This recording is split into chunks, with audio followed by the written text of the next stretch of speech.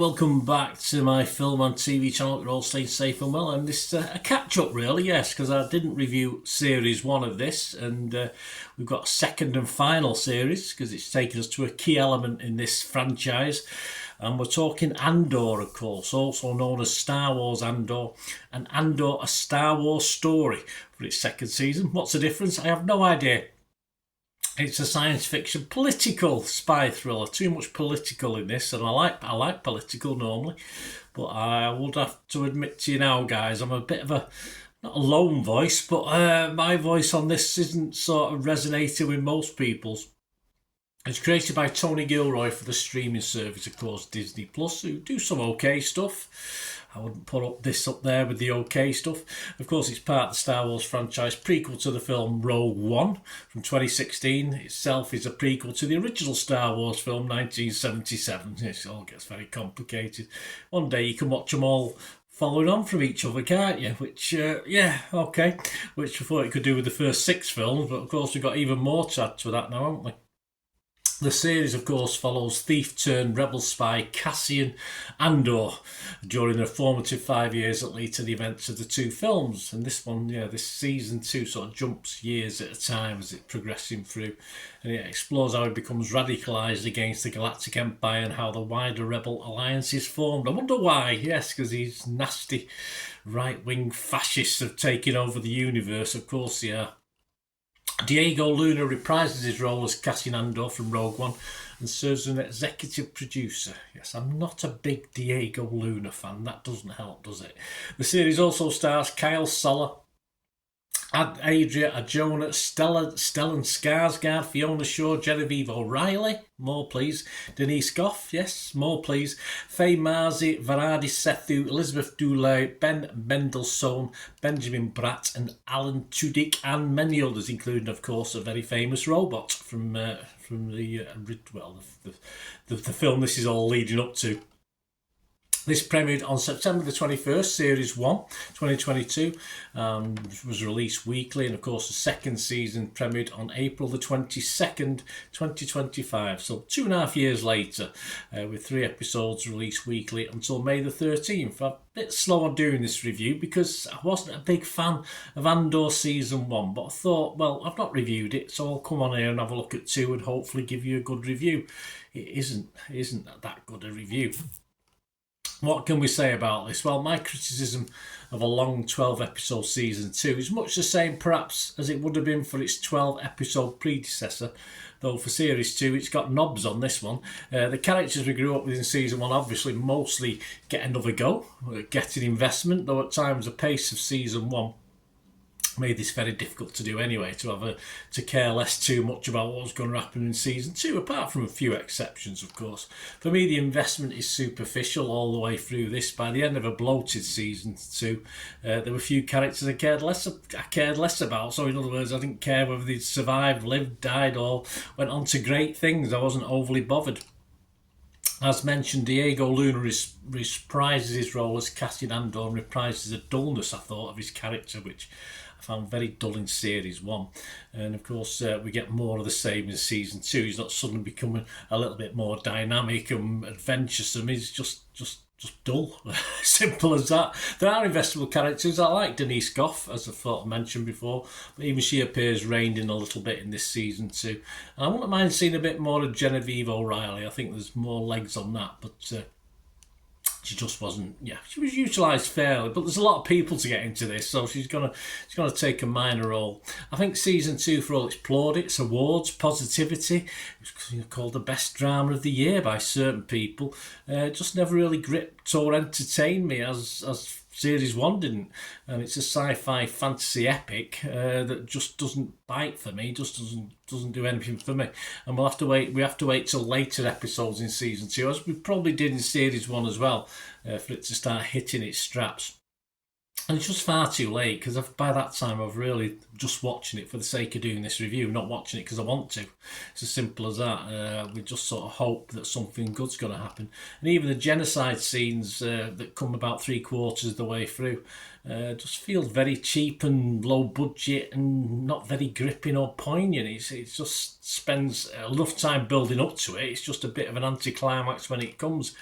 We do, of course, get K2S0 or K2SO, and probably one of the best things about this. But again, like some of the better stuff arrives far too late in this series.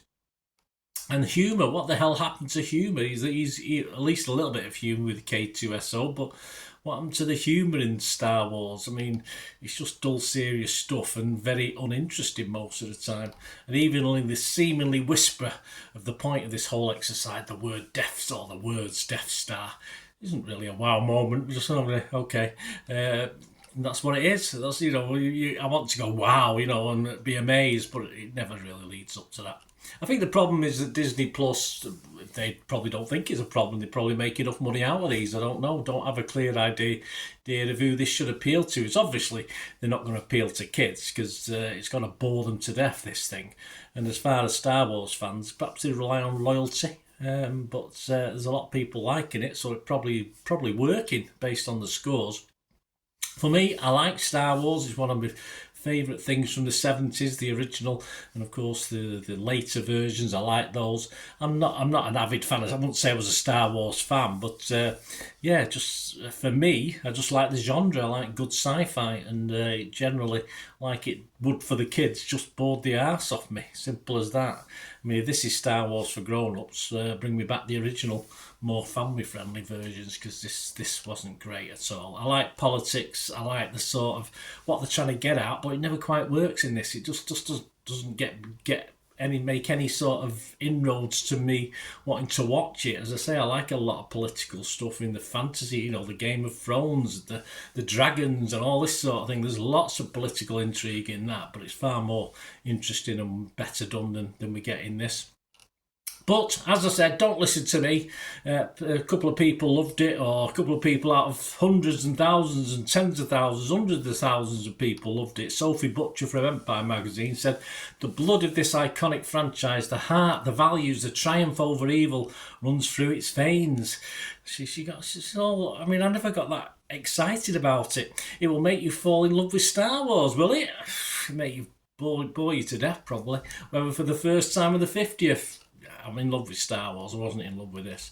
Brian Tellerico from RogerEbbett.com. It is what Star Wars and all sci-fi TV can be at its peak. God help us.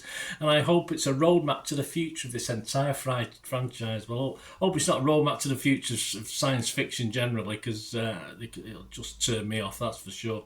And that is the feel, though, from most people. I think in the 10 hours this ran for, about 45-minute episodes.